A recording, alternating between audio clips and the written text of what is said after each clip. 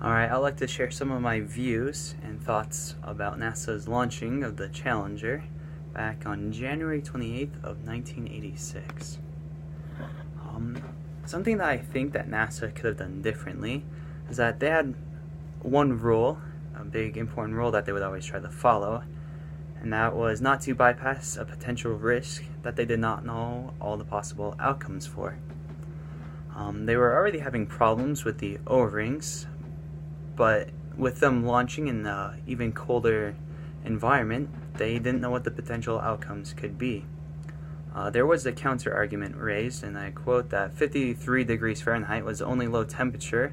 data Thickle had for the effects of cold on the operational boosters. The boosters had experienced O-ring erosion at this temperature, and since his engineers had no low temperature data below 53 degrees Fahrenheit, they could not prove that it was unsafe to launch at low temperatures. So here we have the view of it's too dangerous, and another group is saying that we have no proof that these low temperatures will cause more potential damage. After NASA had its fatal launch on the Challenger, it was stated that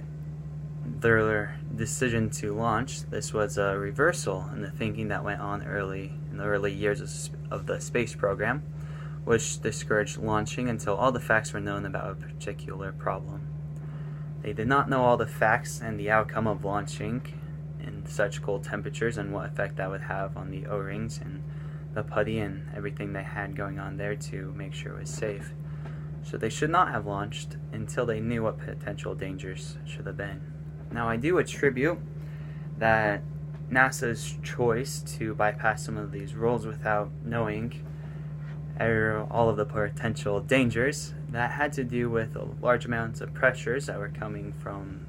the tax dollars they were using, other political leaders, and also pressure of other space programs that were also trying to launch their space shuttles. In researching about Roger Boystroli and wondering if he could do anything different, I feel that he tried all that he could. He was always key in bringing up potential dangers with the O-rings. And before launch, a while before, he brought up the concern that the management team wasn't helping or supporting a redesigned task force, and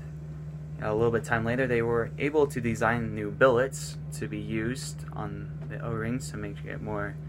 stable, but they did not have that design by the time of the launch, so that was unsuccessful there. And also the night before the launch, Roger Boystroli and Arnie Thompson, they gave an hour-long presentation of the potential dangers that the launch could have the following day, but that got bypassed by management.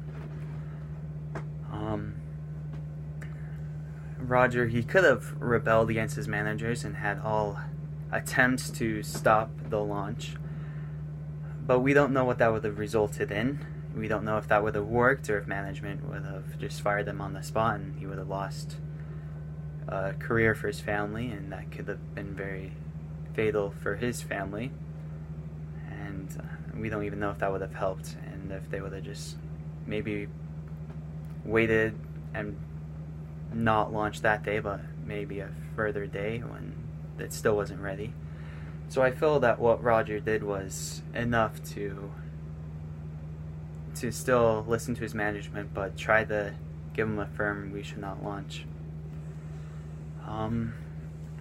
What I see for future engineering professionals and the responsibility they have to, the loyalty they have to their management, and also in protecting the public welfare, is that yes, you do need to listen to your management, but when it comes to the fact of listening to management or going against your morals, that you should be listening to your morals, that if you know what your management decides is wrong, that you should do all you can to help them see the bigger picture and to see the potential dangers that are at risk, just like what Roger Boystroli did. And that is my opinion on NASA's launching of the Challenger.